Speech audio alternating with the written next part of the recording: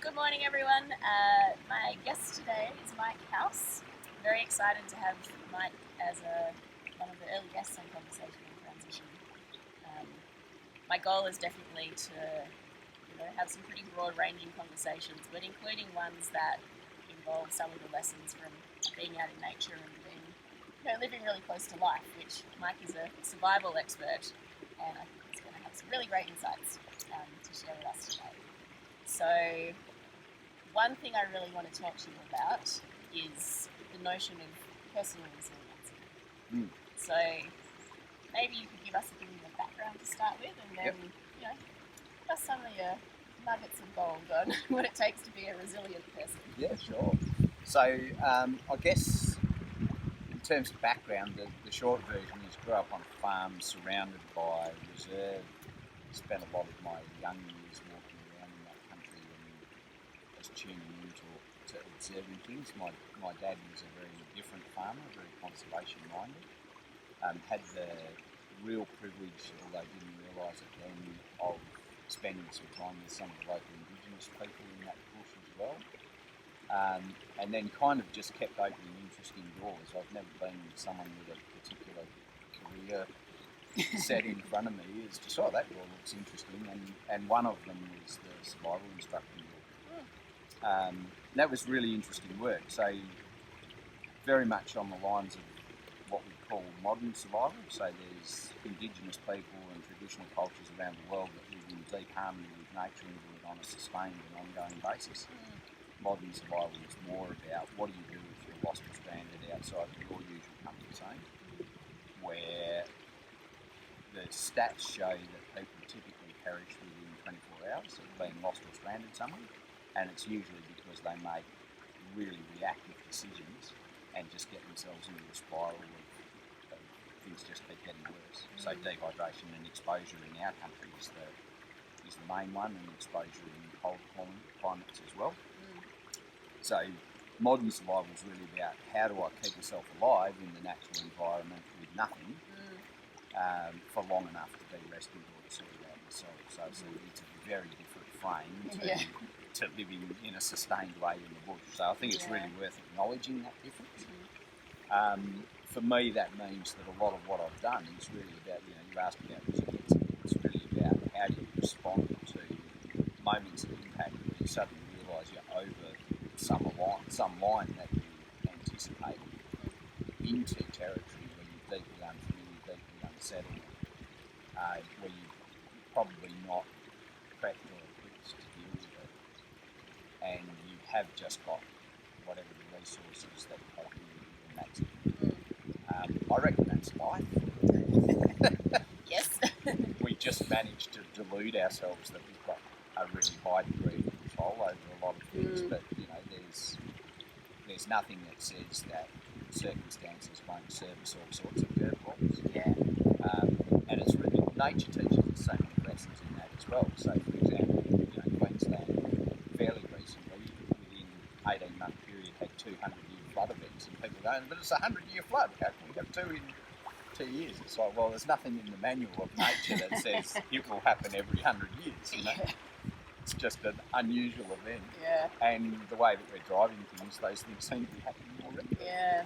So we can be pushed into that territory, and don't have to be lost or stranded in the bush to experience that territory. Anything that gets us into our primal self, into that fight or flight reaction where our frontal cortex shuts down and where the body is telling us just react, get yourself out of danger. The danger doesn't even have to be real, so it doesn't have to be an actual threat to us. If we perceive that threat, then we're in a reactive space. So for me, resilience in part at least is about how do we keep ourselves out of that territory as much as possible, where we can navigate with intelligence, with a little bit of foresight, with some reference to actual information that's got a bit of tangibility and usefulness to it, rather than just flying off into territory that's more driven by emotions and less driven by this incredibly resource that humans have, this frontal cortex. That Yeah. I mean, it's especially pertinent because, you know, the epidemic of stress and anxiety. Absolutely. We are in a state which tells us we're in a survival situation. I notice this a lot, you know, doing the work with quests, like having people out in nature, and like people think it's going to be a stressful situation, but actually it's very deeply relaxing because our nervous system actually gets a chance to unwind. And one of the biggest lessons about stress that gives you is just what an abnormal state our nervous system always is in. And obviously from your experience in survival training, you know what difference that makes to our ability to make decisions. Yeah, absolutely. So when you think about how much of our daily choices and choices that we might make, you know, in our work or home life, then gets impacted by what our nervous system is telling us to do as opposed to necessarily. Yeah. So one of the tactics as a survival instructor, you know, if we just put time pressure on a group, you know, you've got to be gone from here by 5 minutes. So, the decisions that they make, the levels of, and you know, we've done courses where we've actually actively measured that stuff, so cortisol levels and all sorts of things, and actually watched stress accumulate. But you just need a tiny bit of pressure, and some of the research in that space says that for humans it can be as tiny as just meeting someone for the first time. There's this little bit of, is this person a friend? Are they a threat? Where do I fit in this context? And the thing that fascinates me is that literally makes us measurably more stupid. Some of us can't afford that, Claire. Not much room to move. That's it. The overhead's not that good at the start. But it measurably makes us more stupid. You know, we literally lose IQ, our focus narrows, we start to become locked into singular pieces of detail, and often the detail is not even relevant. So, you know, I'm sure anyone that's been on the planet for any amount of time really has had an experience sometime. They're like, you know, I'm nose to the wheel about this issue that I'm facing. And then post the event, you go, I thought it was all about this, and actually that had nothing to do with it. This was the big picture. So that's one of the things that happens is we get this really singular focus, and it's part of why you see people in situations where their life is actually a threat, you know, a serious motor vehicle accident or a natural disaster, you know, a big wave hitting a coast up in Thailand, or your experience with an earthquake or something like that where it's like, actually we're in it. People have just a friendly plane. Just another friendly plane. We can all just enjoy the surroundings. It's plain to see that audio quality on a flight path is a challenge.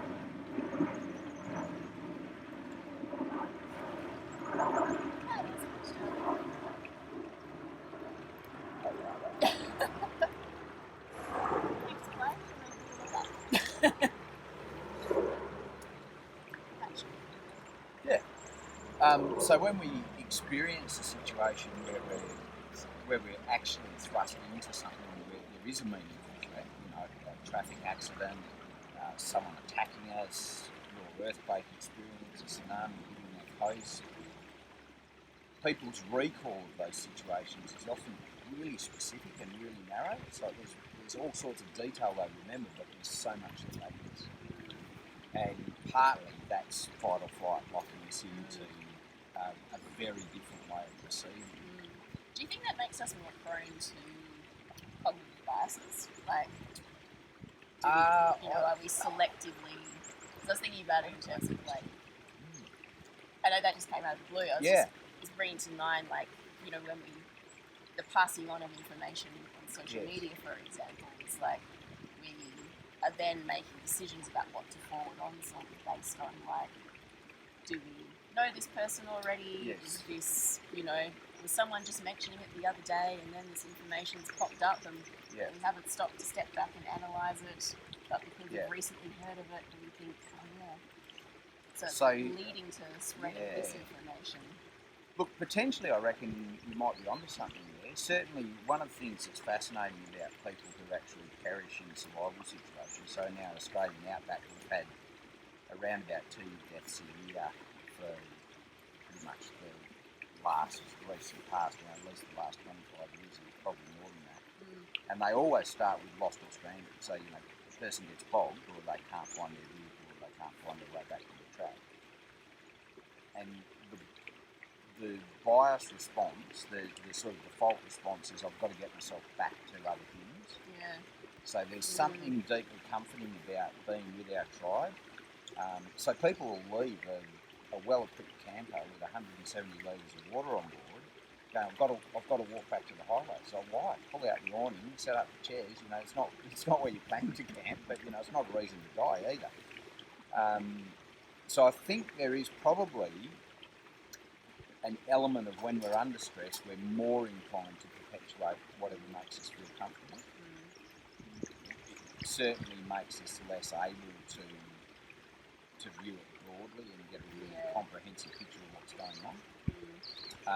And on top of that, that's kind of our default anyway. One of the things that makes human beings as prolific and as successful, depending on how you measure success, of course, as a species, is that we're able to pull groups of people together and align ourselves around common ideas. And the misalignment causes us issues. So we tend to gather towards stuff that's familiar and comfortable, which just spins the hamster wheel of getting our biases even more entrenched, and we start to confirm what we think is true and stop looking. And part of the mechanism of that is that we begin to scan, and this is deep survival wiring built into our brain. You look out over this kind of environment, it's just a sea of green. And back in a world where we were 100% reliant on that environment, part of our skill set is being able to pick out of that sort of homogenous and diverse and scattered background things that equal food, things that equal shelter, things that equal resources. So we're patterns to go, I noticed something, and now I'll lock onto it. So I can pull that out of clutter. I can pull that specific thing out and lock into it. So this sort of thing evolved over many years to be able to do that, to pull things out and to repeat those patterns which have been. Busy day for an airport.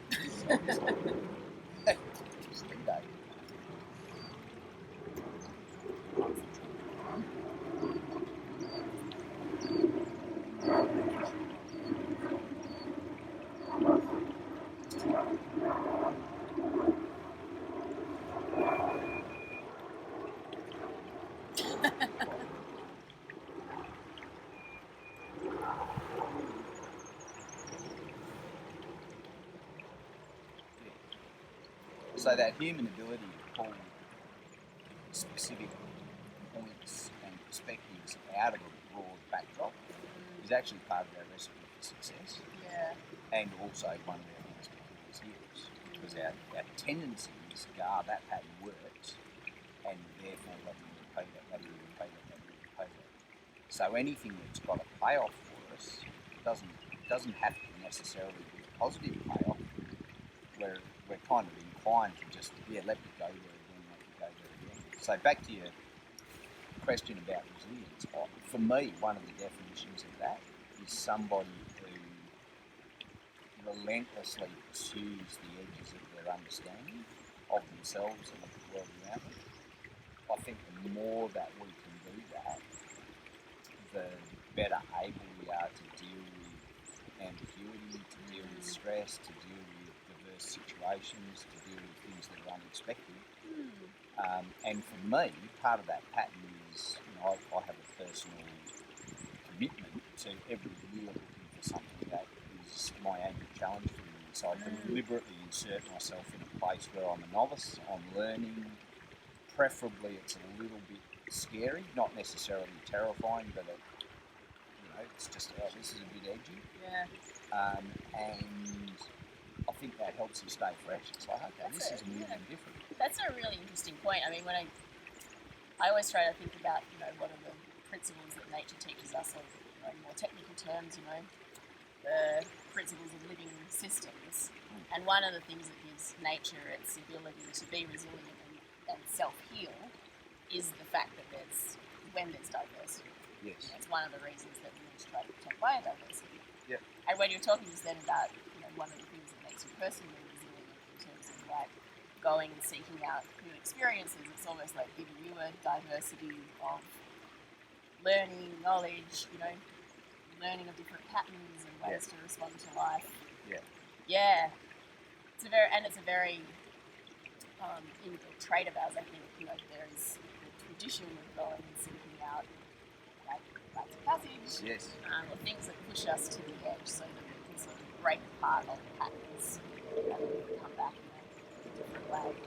Certainly, I always think about just how domesticated we are, and it's not just like, oh yeah, if someone chuck us out in the bush, we're at survival risk.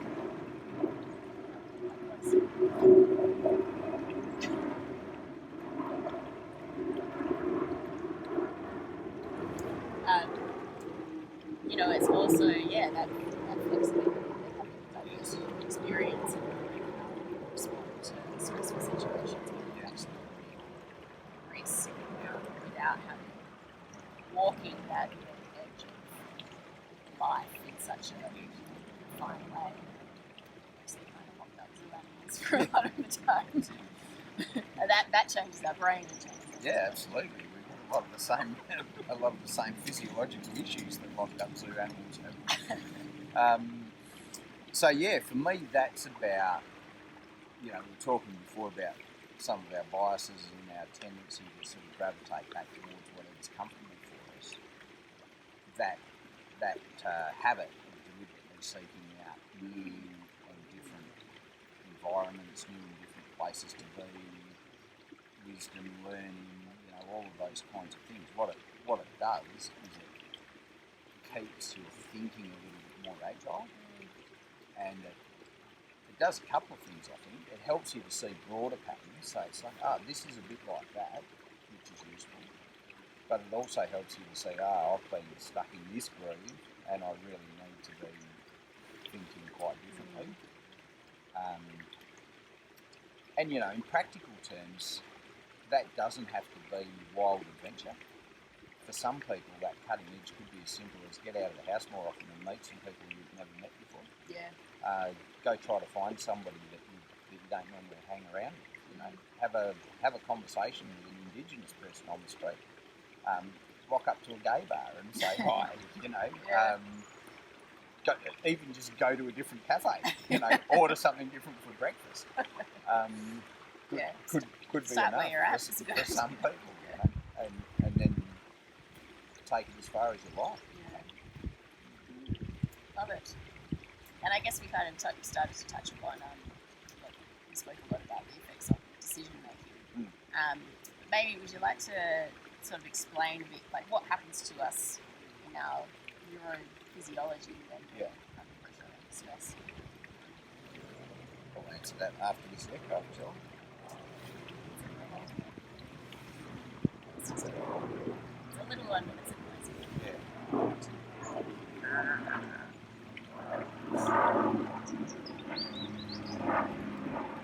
You want an answer about the immediate or the longer term? Yeah, I think we're trying to want to explore when we are in times of transitions, it is stressful, and the phase that we sort of entered as a global civilization means that we're going to be more and more of these crises popping up. In fact, it's unlikely to go back to any state stability or normality for a very long time. So, neurophysiology of stress, I reckon this is fascinating territory. So, fight or flight, I guess, is useful to kind of understand what that's all about. So, it's over an evolutionary scale, running away or standing your ground and fighting for something, or freezing, just like what's going on, let me just stay stationary. At one level, at an individual level, it's a roll of the dice.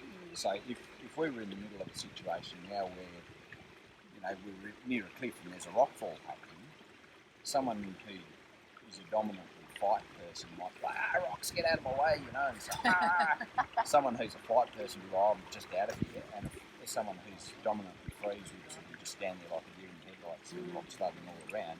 And for all of us, it would be a roll of the dice. You might get missed, you might not. But over evolutionary timescales, those three reactions have worked often enough to go, well, that works. So one of the first things that happens is it rolls our frontal cortex back. We've spoken about that already. So it actively shuts down the thinking part of our brain. And the reason for that is there's not enough time for it in a genuinely life-threatening situation. So if you imagine driving up here to have this conversation today, on a highway and something comes off the back of the truck, you don't go into deep thinking mode. You don't go, my closing speed with that obstacle is 25 metres a second. I need a 2 degree course correction and about 3 psi on the brake pedal. Even if you could calculate that stuff, it's too slow. By the time you actually thought it through, you'd be kicking your head out of your teeth. So the mechanism is designed to stop thinking and just do it. Get yourself the hell out of here. And it's one of the reasons when you see video footage of people that have had a directly life-threatening experience like that, it's almost like their brain's rebooting. And they go through this phase of minutes or hours, depending on how big the experience was, of sort of trying to make sense of it. Because in that moment, they're not processing in the way that you and I processing when you're sitting here. So that's what it's designed for, and it can be triggered by just about anything. So anytime we perceive there's a threat, that'll switch on. It's a continuum. It's not a hard on or off. So the continuum might be, if it's fully activated, you're not thinking at all. You are literally just running for your life, fighting for your life, or standing out, and it's going to end well. Further along the continuum, we're definitely less intelligent.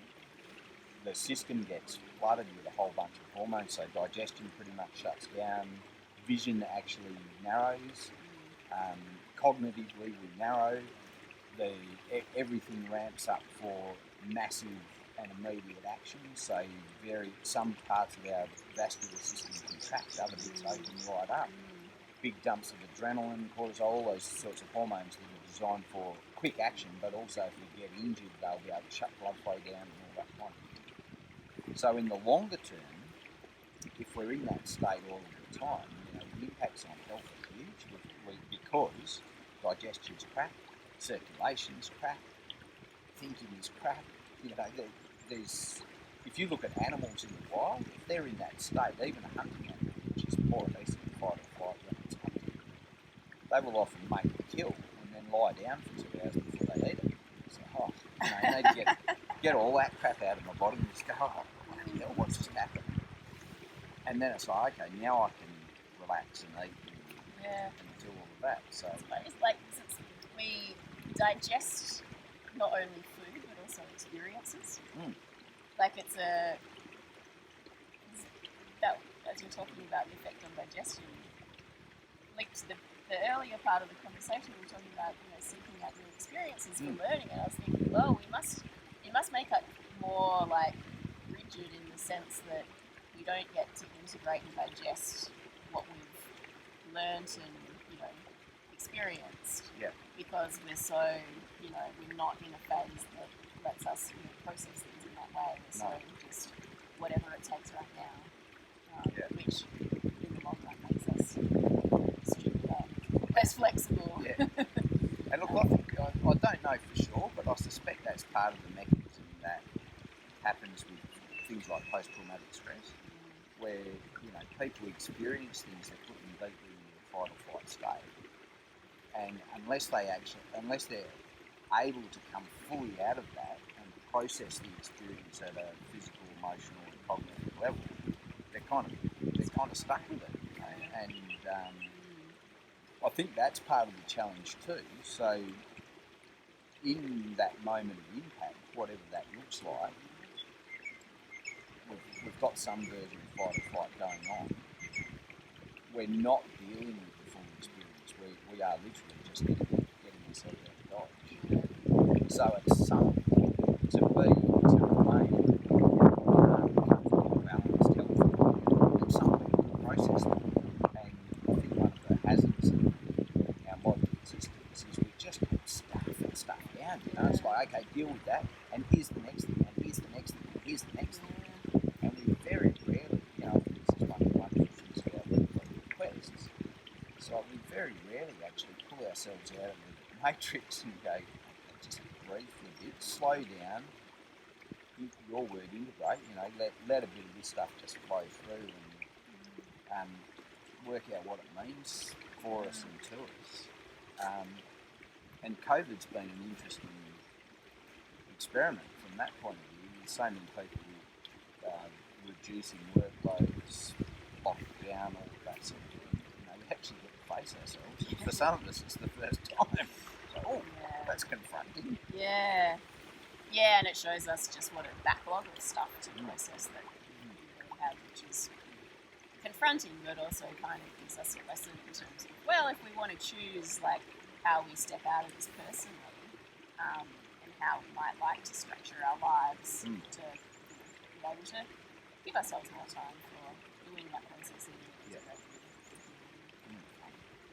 So what are some of the things that you recommend for people in terms of being able to make better decisions in stressful situations and contexts?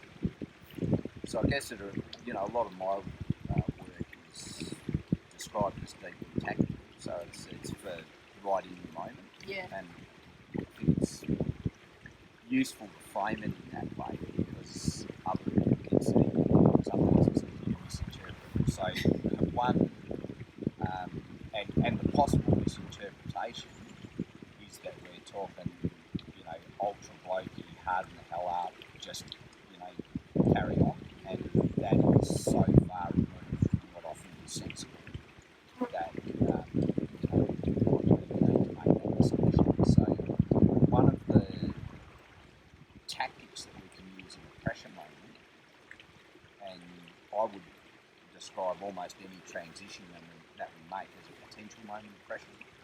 And modern life is filled with transitions, asleep to awake, breakfast, wrangling our household out the door, traffic, work, meetings, and, slamming from one thing to another all day.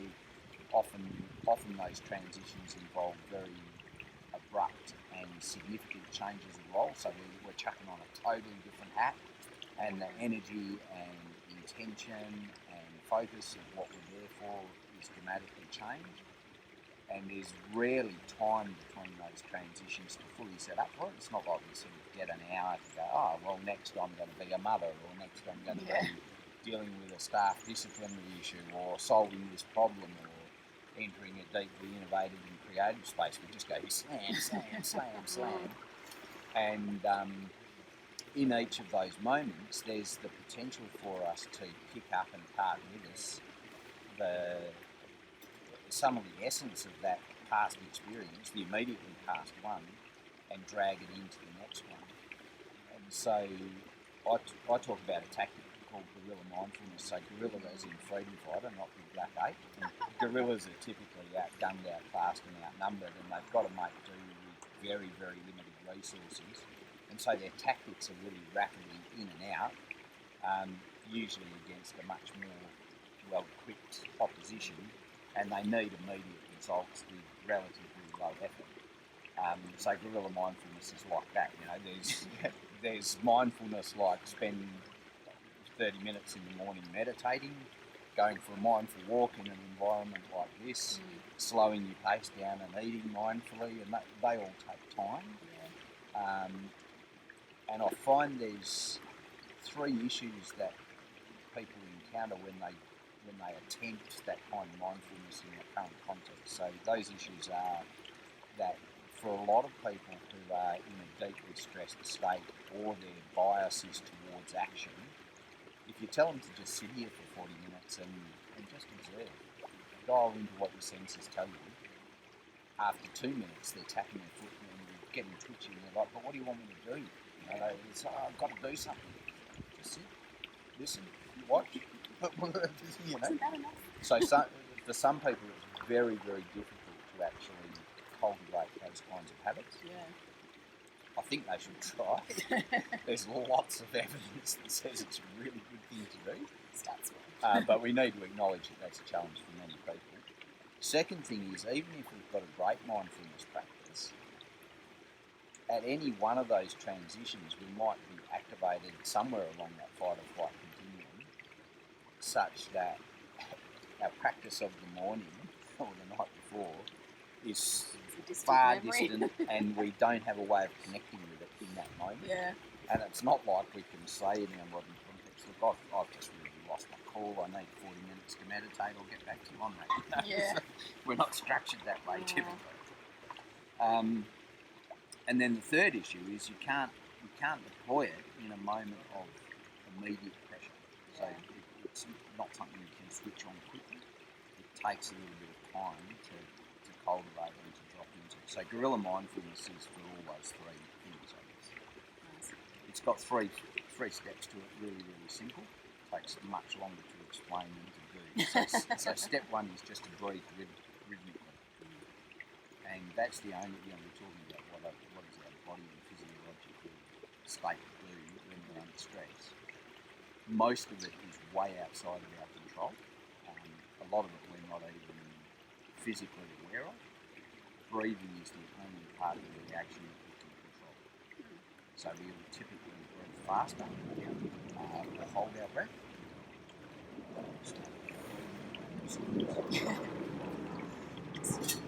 Stop breathing.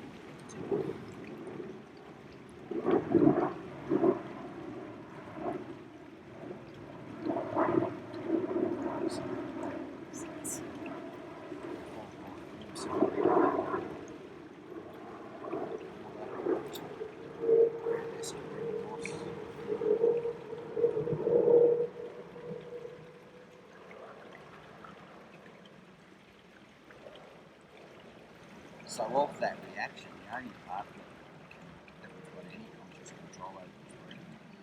And typically when it gets activated, we either breathe more rapidly, more shallowly, or hold it.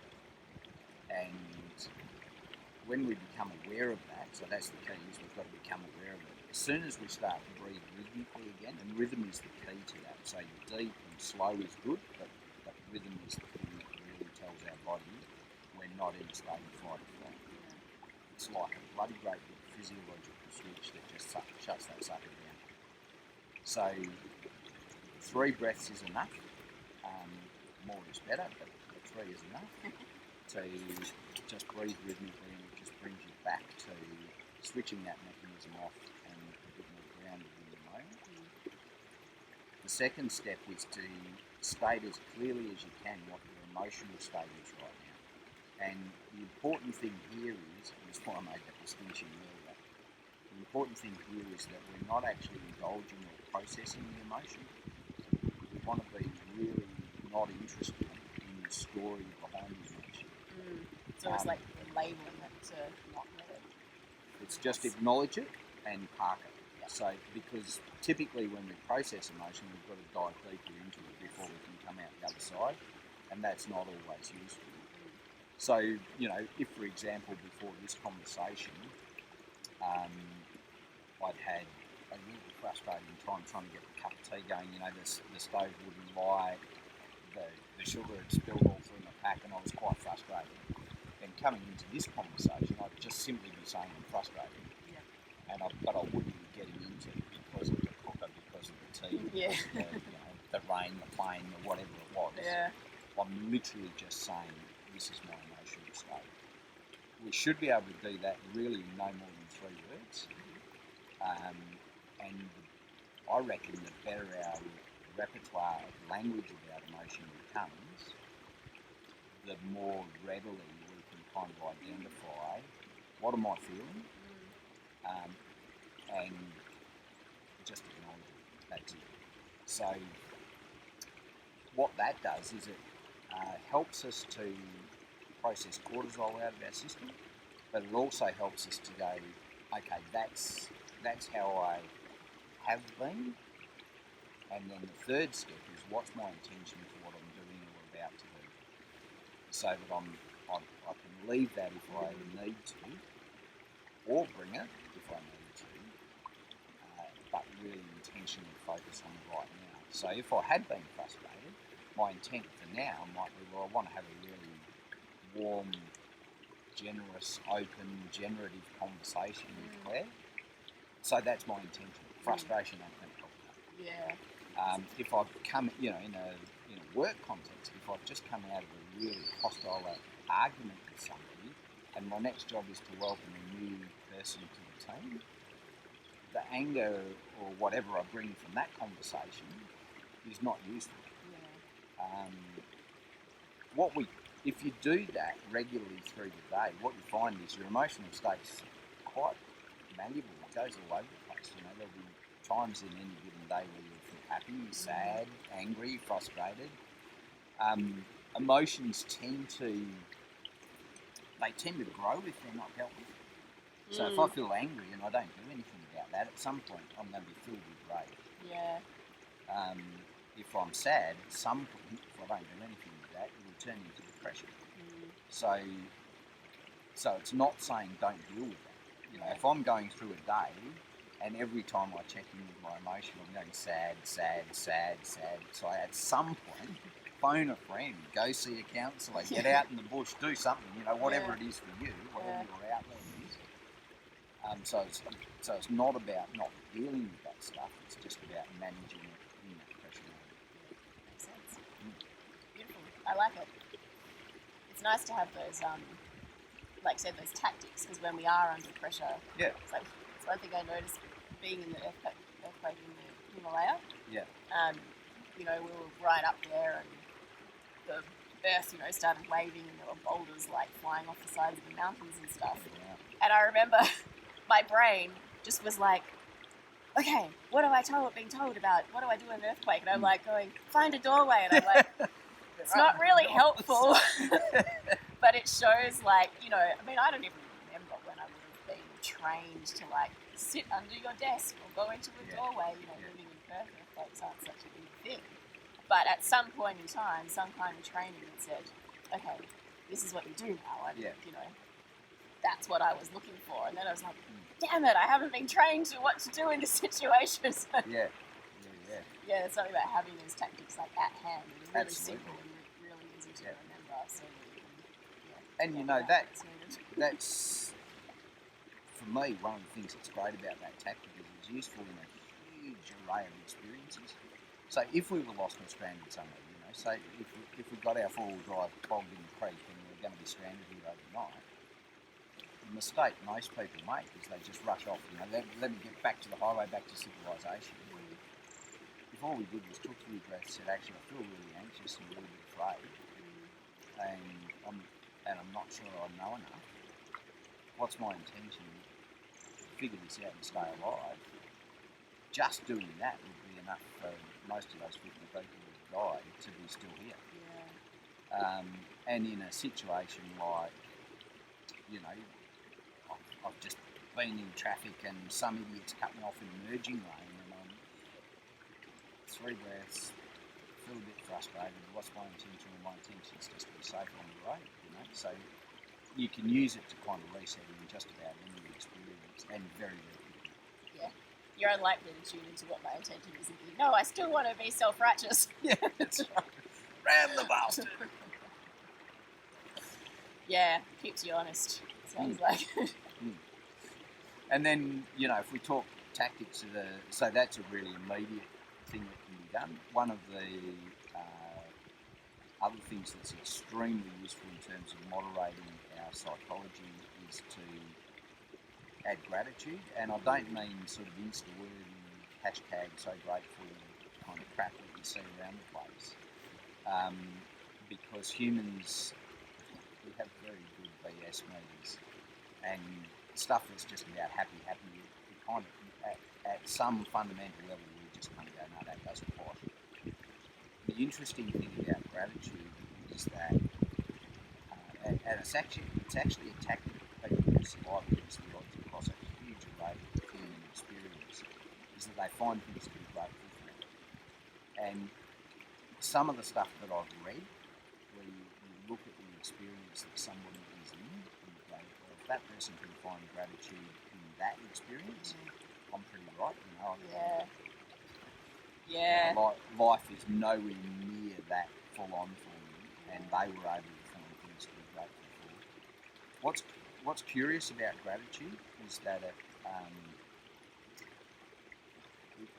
some of the latest research on that says it actually rewires neural pathways. So it breaks us out of some of those habitual loops of thinking and bias.